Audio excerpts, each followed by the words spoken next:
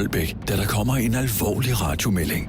Vi får en melding om, at en af vores kollegaer har brug for vores assistance. Han står med flere personer, plus han vil gerne have en narkometer frem.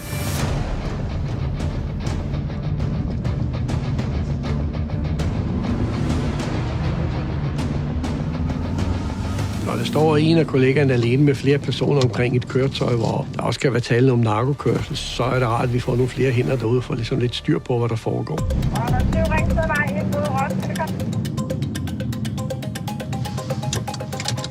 Vlado og Diana er hurtigt fremme på stedet, hvor nu 2 kollegaer venter.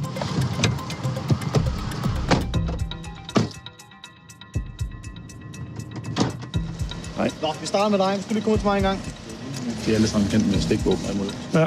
I det her tilfælde, der er der en mistanke om, måske kan være stoffer eller våben i det her køretøj, og så vælger kollegaen at ransage det. Jeg tager ham med ud. Ja, de skal visiteres alle sammen nu her. Okay. Jeg bliver bedt om at visitere en af de personer her, og der laver vi ud på stedet det, vi kalder en sikkerhedsmæssig visitation.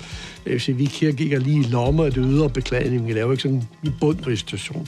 Bare lige så er vi sikre på, at de ikke har våben eller andet sådan fremme. Er han ved at blive testet, ham der? Ja. Det er føreren. Mens Vlados kollega tager en narkotest af føreren, visiterer Vlado passagererne i bilen en efter en. Det er jo en kollega, han vil lave en visitation og en ransagning af bilen. Så det er det, vi er i gang med nu. Det er bare ikke. Yes. Det, du har i lommerne, hvis du tager det ud og lægger det inde der. Når vi skal rense et køretøj, så vil vi faktisk gerne have, at der er minimum 1 politier per person, der er i køretøjet. Så vi ligesom er styr på, hvad de laver, samtidig med, at der er nogle andre, der renser køretøjet. At de ikke lige pludselig stikker af eller forsøger at gemme noget. Jeg samarbejder. Det lyder godt. Er det byen? Nej, jeg er lømmet til min ven. Ja. Jeg drikker min juleløn. Ja, det er jo i år dag, jo, så... Det er galt, jo. Og det er ellers for hyggeligt nok. Umiddelbart så er de samarbejdsvillige og gør de ting, vi beder dem om. Jeg tager bukserne her og hiver den lidt op. Er det okay? Ja, det er fordi, butikken er gået op. Ja. Det skal vi ikke have herude på gader og stræder. Vlado finder ikke noget ulovligt på passageren, og imens er hans kollega Danny i gang med at visitere bilens ejer. Kom bare med her.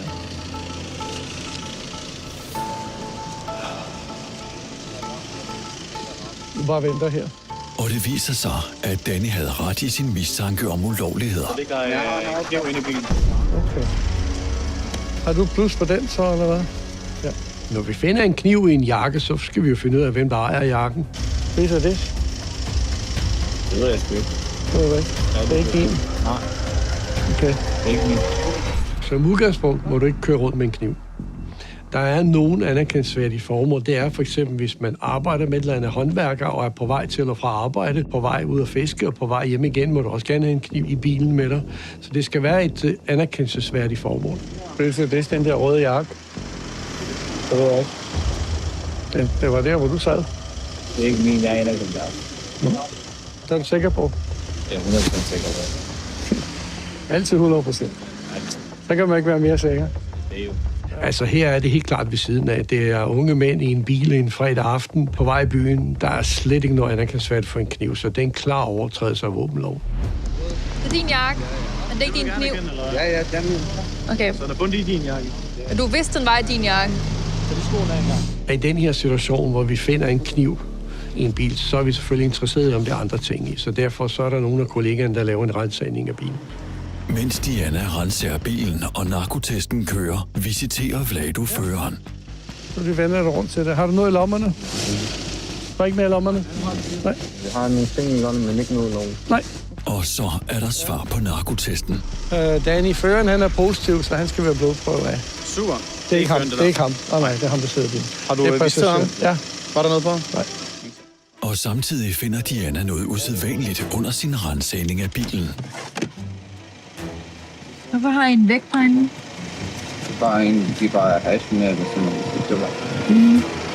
I og med, at der bliver fundet en vægt i bilen, så er der jo et eller andet tyder på, at der foregår en eller anden form for salg af narkotika for det her køretøj. Det er selvfølgelig interessant, men vi skal også finde nogle stoffer, hvis vi ligesom skal køre en sag på det.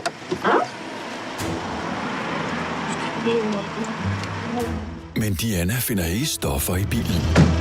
Hvem er ejer af kørt? Ja, Der ejer den. hvem ejer? Der er der ejer den. Ja. Det er min bil. Nå, Det er ikke okay. der kører den. Nej, det er ikke mig, der kører den. Ejerbilen har været passager i det her køretøj, fordi han ikke har kørekort, så han har overladt den til en anden, som har kørekort. Du vidste grunder for den her? Jeg kender ikke noget til den. Nej, det er præcis. Men du bliver jo sigtet for, fordi den ligger i din jakke. Helt sikkert. Ikke? Okay. Yes.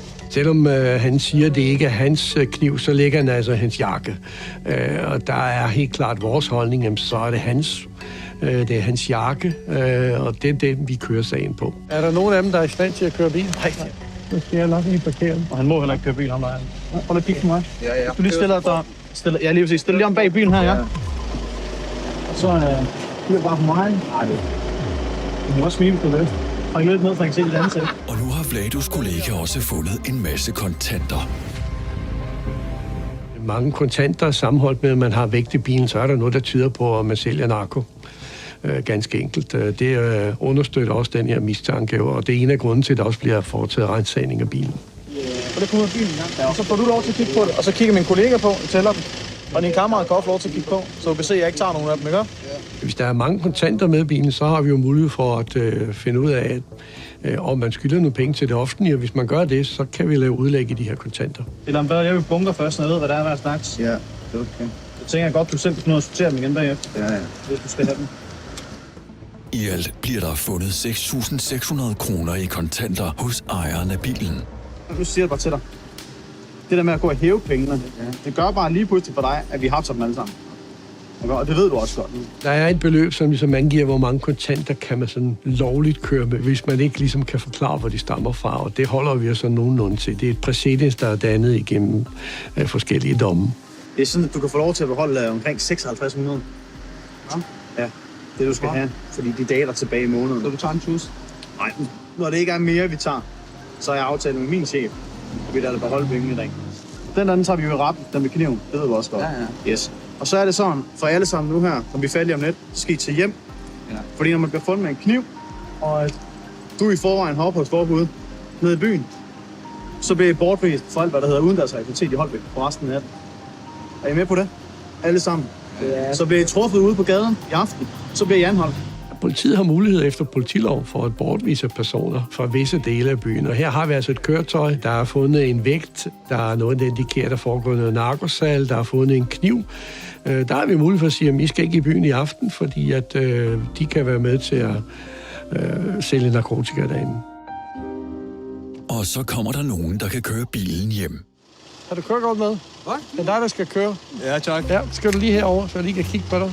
Du kigger bare alt det, du har lyst til. Ja. Jeg tager sgu ikke nogen stoffer, hvis det er. Nej. Jeg prøver lige at stille dig her i lyset, og så kigge bare over mod mig, ikke?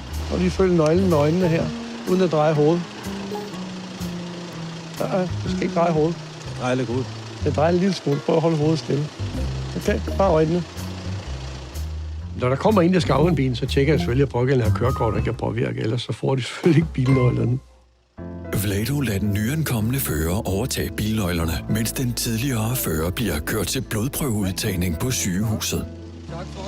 Drengene skal køre direkte hjem. De må ikke være herude. Ja, det der med det her forbud, fordi det slår bare bat med det samme. Sagen ender med, at ejeren af bilen, han får en sag for overtrædelse af våbenlov for den kniv der. Den er så ikke afgjort endnu, så må vi se, hvad dommer siger til det. Men jeg forventer, at han bliver dømt. Straffen for overtrædelse af våbenloven kan være bøde eller fængsel. Føreren blev sigtet for narkokørsel, da blodprøven var positiv. Føreren af bilen får 3 års ubetinget frakendelse af kørekortet og så en indkomstafhængig bøde. Kan du ikke få nok af politiets eftersættelser, så kan du se meget mere på Kanal 5 og Discovery+.